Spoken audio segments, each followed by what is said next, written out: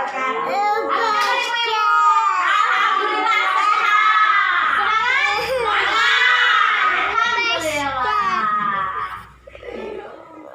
kasih sudah meluangkan waktunya untuk datang ke sini. Kita beri aplaus dulu untuk diri kita sendiri. Supaya lebih semangat ya, Bu. Biar lebih semangat lagi kita kasih nyanyi, oke? Oke. Nyanyi menabung dong. Bang bing bang yo, kita ke bank. Bang bing bung yo, kita nabung. Dang dang dung hey, jangan dihitung. Siapa tahu kita akan untung. Sesi kedua kemarin, di sesi pertama sudah ya kita kemarin masalah keuangan kan. Nah di sini berarti ibu-ibu sudah paham ya menabung itu apa harus saya jelaskan lagi menabung itu apa biar supaya tidak lupa. Ya. Pertemuan hari ini kita membahas tentang cermat meminjam dan menabung yang ke-6 penutupan.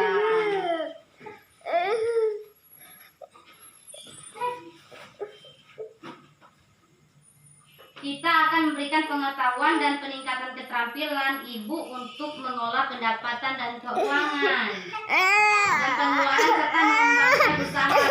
Totalnya 3 kali kita pertemuan. Yang kemarin sudah dilewatkan Lia. Yang pertama yaitu tentang mengelola keuangan. Yang kedua untuk sesi ini kita cermat meminjam dan menabung. Untuk sesi ketiga memulai usaha. Sekarang saya akan menanyakan apa itu arti menabung, Bu? Menghindari hutang. Bagus, mantap, Ibu Farida. Oke. Sudah tahu tempat kita menabung di mana ya, Pak? Yang tahu tempat kelebihan dan kekurangan menabung? Satu, di bank. Oke, Bu, mantap. Yang kedua, ayo, yang kedua, arisan. Sip, mantap sekali. Yang ketiga, koperasi. Oke, beraplaus dong. Masih ingat Bu ya? Oke, 1, 2, 3. Mengapa kita perlu menabung, ibu-ibu? Ada yang masih ingat? Menghindari hutang. Oke. Hal apa yang perlu kita pertimbangkan dalam sebelum berhutang? Hal ini supaya kita berpikir itu sebelum banyak hutang kita berpikir dulu supaya jangan banyak hutang. Oke, di sini saya akan membuka brosur tentang pintar mengatur penggunaan uang keluarga.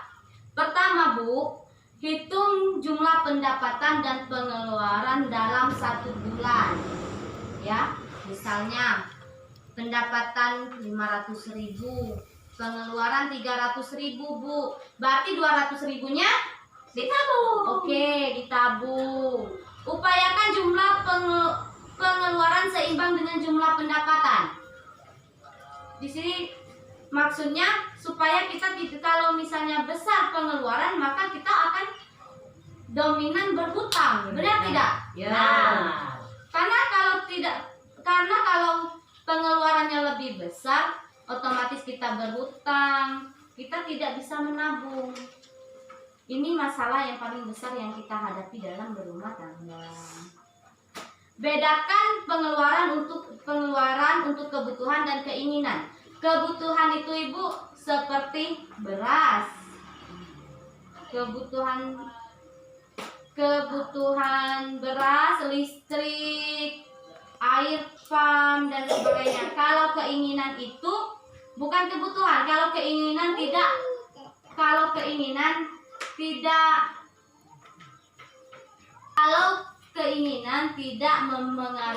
banyak mempengaruhi kelangsungan hidup. Contoh, keinginan itu, Ibu, kalau untuk bapak-bapak itu rokok, ya kan? Kalau kita tidak membeli rokok, kita pasti masih bisa makan nasi, ya kan? Nah, nasi itu kebutuhan. Tas sekolah anak itu namanya keinginan juga. sepatu anak itu namanya keinginan, bukan kebutuhan, ya. Kurangi atau tunda batalkan keinginan. Yang seperti saya bilang tadi, rokok itu tunda sebentar. Karena tidak akan mempengaruhi, ya. Kalau kebutuhan sangat-sangat mempengaruhi, Bu.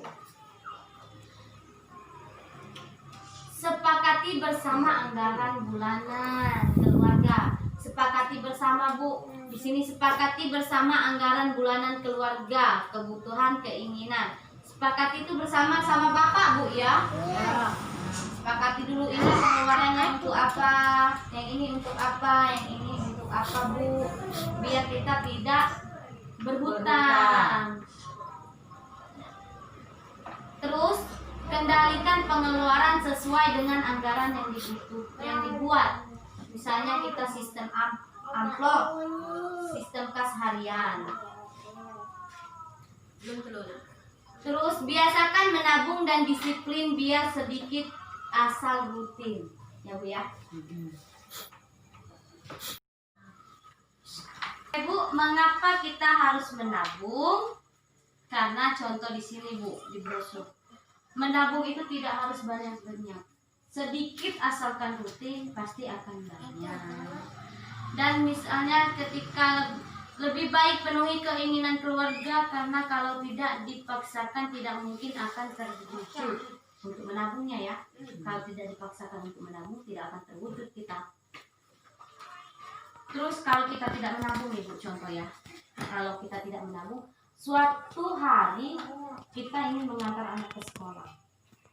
Pas di depan gerbang anak sekolah kita mau pulang, ketabrak mobil. Kalau kita tidak punya tabungan, maka kita akan kesulitan untuk membayar rumah sakit, benar tidak? Nah, kemana kita harus mencari uang? Sama tetangga kita harus tahu dulu, Bu, ada bunganya tidak, tanggal pengembaliannya kapan, seperti itu. Kita harus memilih dulu, kita berhutang di mana dulu tempat kita berhutang. Pengembalian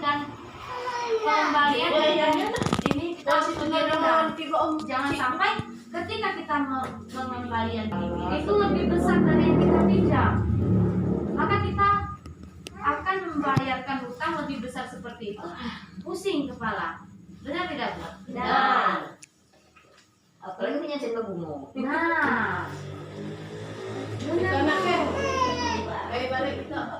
Terus ketika misalnya kalau kita tidak menabung lagi, ketika anak butuh bayaran untuk uang SPP, kalau kita tidak ada uang tabungan, terpaksa berhutang, kan? Ya. Itu hutang itu bahaya sekali loh, Bu, kalau kita tidak bisa menabung. Sedikit saja menabung, lama-lama jadi oke. Sementara itu kayaknya ada yang belum terlalu terfokus, ya. Ayo dong, semangat lagi, kita beri aplaus dong.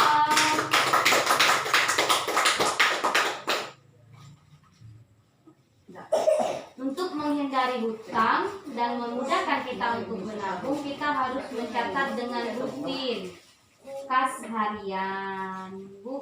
Yang kita kemarin belajar ada yang membuat amplop. Ini amplop misalnya untuk menabung, amplop hari ini untuk belanja pengeluaran si B.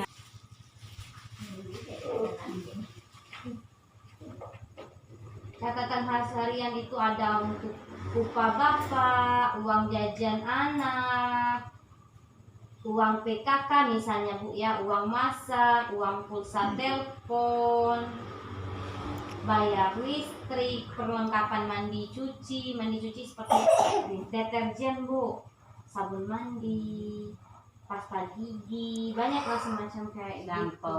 Iya, sampo. Itu harus dicatat untuk hari ini pengeluarannya berapa gitu. Kalau catatan kas harian kan misalnya contoh kayak gini, Bu. Tanggal, keterangan, pendapatan, pengeluaran, sisa. Misalnya merencanakan hutang dengan hati-hati, Bu. Kenapa harus hati-hati? Kalau utang yang tidak rutin menabung dan tidak dapat mengendalikan pengeluaran, maka kita akan lebih sering berhutang. Benar tidak? Nah, Sebelum meminjam, apa yang di benak ibu sekarang kalau misalnya contohnya sebelum meminjam kita harus mempertimbangkan atau memutuskan untuk berhutang itu seperti apa dulu? Saya mau dengar. berpikir. Ya, berpikir. Kebayang nggak ya? Kayak gitu kan? Ya. Tapi ada juga sih ibu yang misalnya terlalu mendesak, nggak mikir lagi, nggak mempertimbangkan lagi, tahu-taunya yang hutang aja deh kayak gitu. Nggak tahu nih seberapa yang harus dikembalikan seperti itu kan? Itu jangan terjadi bu. Sebelum kita meminjam sebaiknya kita hanya untuk memenuhi kebutuhan, bukan keinginan, atau untuk kegiatan produktif. Jika ada tabungan, kita gunakan tabungan dulu. Tapi jika tidak ada tabungan, jual aset yang ada sebelum kita berhutang. Makanya untuk mempertimbangkan sebelum kita berhutang, apa dulu nih yang harus dipikirkan gitu kan? Sebelum meminjam juga kita harus memikirkan tempat mana dulu yang harus kita pinjam. Bandingkan tempat-tempat meminjam yang ada. Cari tempat meminjam dengan total pengembalian yang murah. Jangan sampai bu, ketika misalnya contoh bu ya, ibu sama minjam sama ibu Ita ya. Nah, kalau ibu Zaima minjam berhutang sama ibu Ita, ketika ibu Zaima ingin membalikan total pinjaman pertama 500.000, tahu-tahu untuk pengembalian bulan depan jadikan 600.000, kan itu merugikan. Nah, makanya harus berhati-hati dalam berhutang dan mencari tempat yang memang benar, yang memang pengembaliannya lebih murah ketimbang kita harus mengembalikan harus seperti rentenir itu bu. Ya. Baik.